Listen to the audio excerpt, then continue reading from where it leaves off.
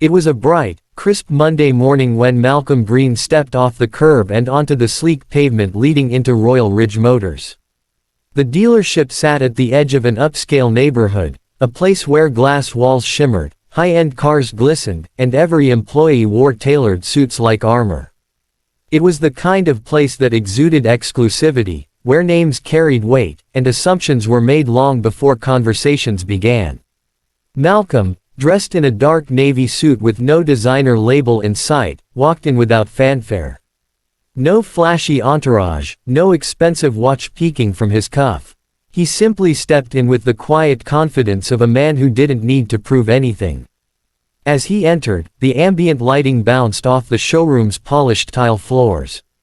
Rows of glistening machines, Bentleys, Audis, Lamborghinis, stood like kings in a crystal palace.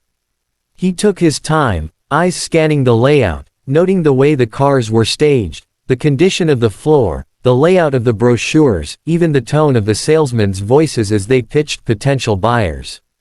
He wasn't there to make a purchase. Not today. He had already done that, in a way none of them could yet imagine.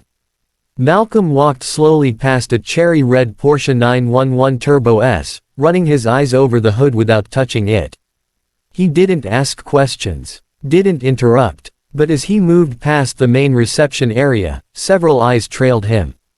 One of the younger salesmen, mid-20s, leaned toward a colleague and whispered something, prompting a short, dismissive chuckle. Another clerk behind the main desk glanced at him, then looked away without a word.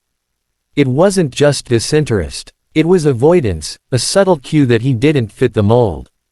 Then came the footsteps, loud, fast, and filled with unspoken authority. Brent Reynolds, the general manager, approached with the unmistakable air of someone who believed he owned the room. Brent was in his early 50s, sharply dressed in a three-piece suit, his salt and pepper hair perfectly slicked back. A man who had made a career out of reading clients before they said a word. And in Malcolm, he saw something he didn't like. Not because Malcolm was impolite or dressed poorly, but because Brent had a system, one honed through decades of assumptions, and Malcolm didn't register on his radar as a buyer. Brent gave a tight smile, the kind that didn't reach the eyes. "Good morning," he said, his voice layered with forced politeness. "Can I help you with something?" Malcolm looked at him, took a second to respond, and then replied, "No, I'm just looking." Brent nodded, then tilted his head slightly, as if confused. "These are high-performance vehicles. Most people who come in know what they're looking for. Do you have a particular model in mind?" Malcolm answered without hesitation. "No particular one. Just observing." Brent's smile faded a bit. He motioned toward the door. "Well, we usually encourage serious buyers to book appointments. You see, we get a lot of browsers in here. People who just want to walk around and touch things they can't afford." Malcolm's expression didn't change. He simply looked at Brent, calm, collected. There was no outrage in his eyes.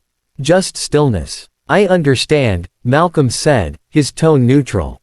Brent crossed his arms, his voice now more direct. "Look, I don't want to be rude, but unless you're planning to make a purchase or speak to a rep, I'll have to ask you to leave. We like to maintain a certain environment for our clientele." In the background, one of the interns working on inventory froze mid-step. Another employee, a black salesman named Marcus, who had been on his lunch break in the break room, walked out just in time to catch the last sentence. His eyes narrowed, but he didn't say anything, yet. Malcolm gave Brent a long look, then glanced around the showroom once more. His voice was measured, unshaken. "You don't need to worry. I'll be out of your way in a moment." Brent nodded, clearly satisfied. "Appreciate it. You have a good day." As Malcolm turned to leave, the doors opened behind him. A delivery man holding a stack of catered lunch trays walked in and accidentally bumped into him. Malcolm caught one of the trays before it tumbled. The man apologized quickly, eyes wide with embarrassment. "No problem," Malcolm said, handing it back.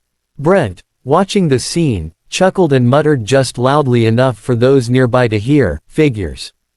Marcus, still standing near the break room, clenched his jaw. His hands tightened around the tablet he held. He had worked at this dealership for 4 years. He knew the unspoken rules.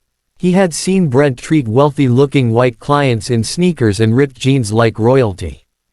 But the moment a man like Malcolm walked in, composed, understated, respectful, it was a different story. And yet, Marcus also knew how careful he had to be.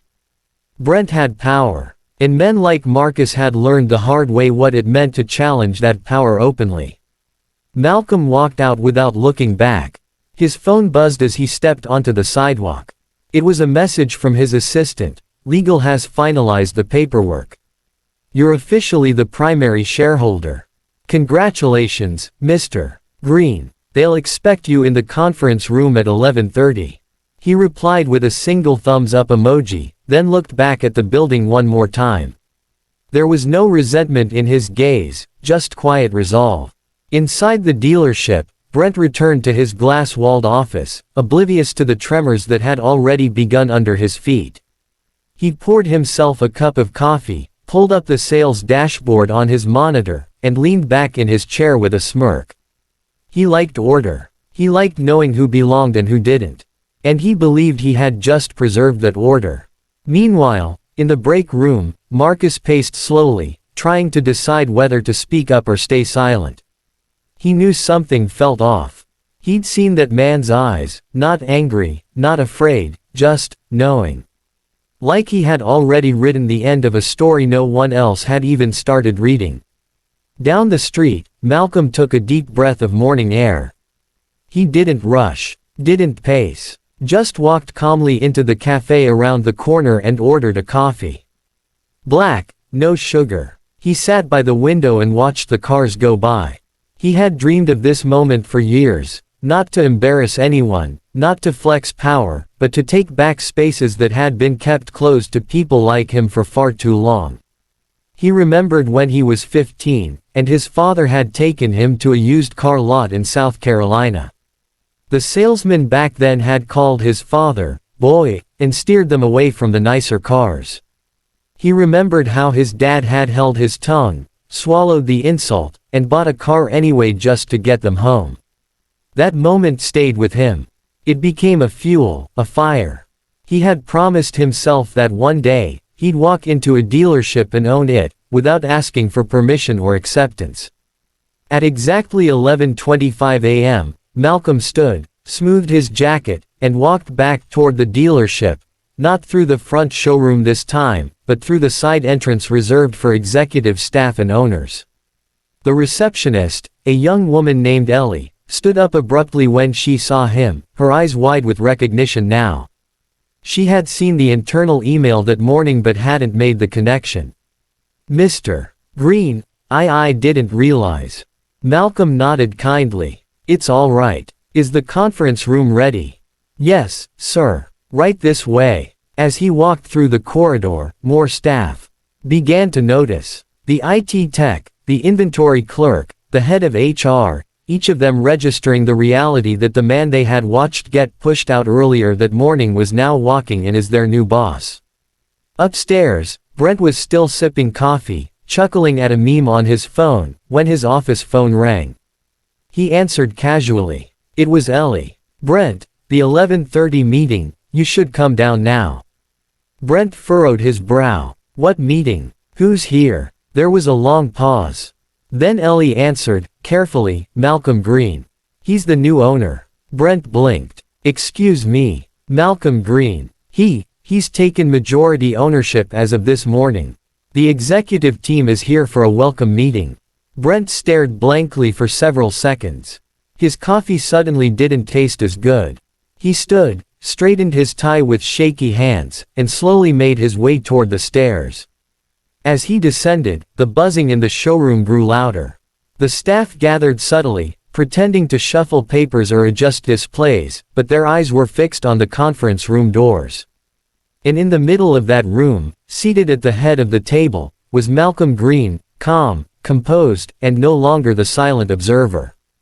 He was the leader now. And everyone, including Brent, was about to find out exactly what that meant. The moment Brent answered the call and heard the name, Malcolm Green, something shifted in the air around him.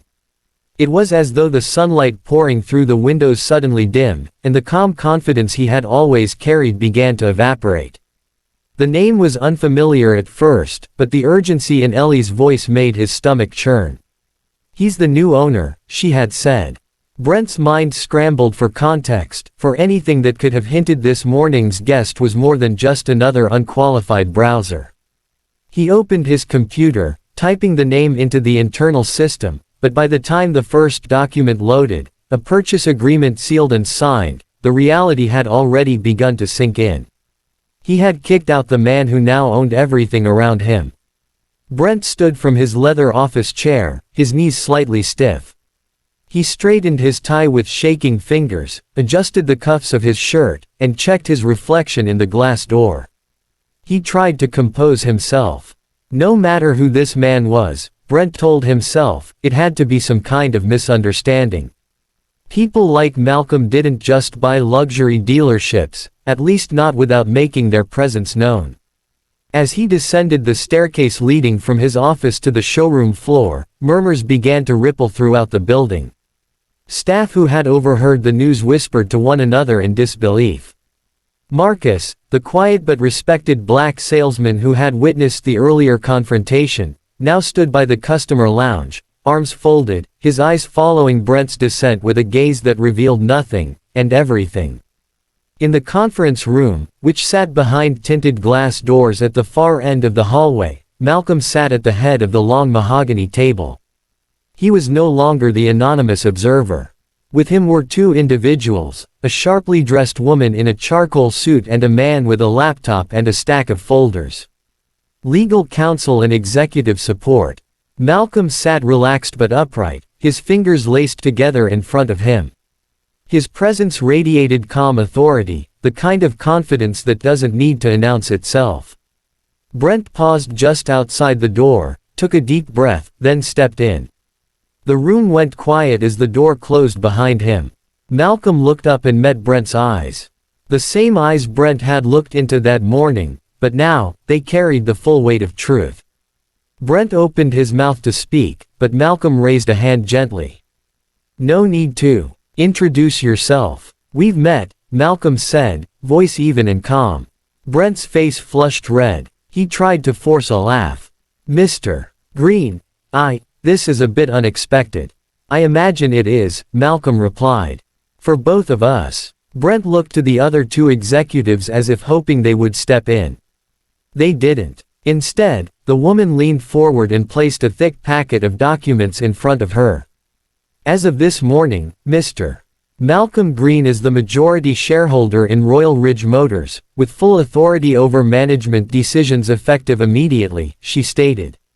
Her tone was professional, neutral, but firm. "He now owns controlling interest in this dealership." Brent blinked rapidly. "Wait, I don't understand. I wasn't notified of any potential acquisition. I thought the parent company handled all transfers of ownership through." "We did," she interrupted, "and Mr. Green's offer was handled confidentially. Due diligence was completed last month. You'll find the full documentation in your inbox after this meeting." Brent turned to Malcolm, his voice barely a whisper now. "Why didn't you say something earlier?" Malcolm's gaze didn't waver. "Because I wanted to see how things were run here, how your team operated, how you treated people. I was told Royal Ridge had a reputation for excellence, for elite service. But what I saw this morning wasn't excellence, Brent. It was gatekeeping. It was prejudice. It was disrespect." Brent tried to backpedal. "I didn't mean anything by it.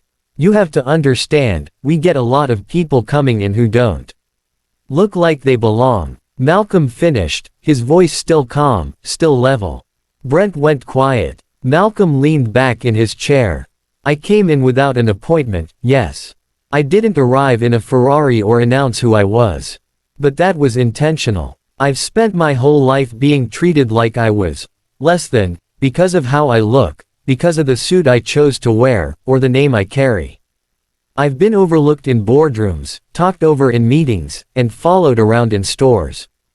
And yet, I built a company from nothing, Made my first million before I was 30, and now, here I sit, owning the business that thought I was a problem this morning."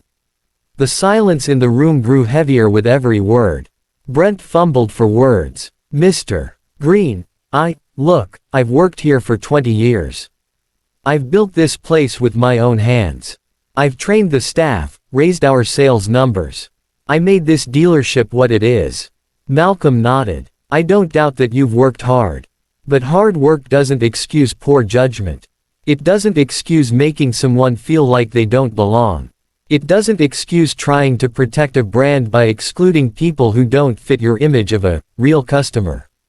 Brent's voice rose slightly, trying to defend.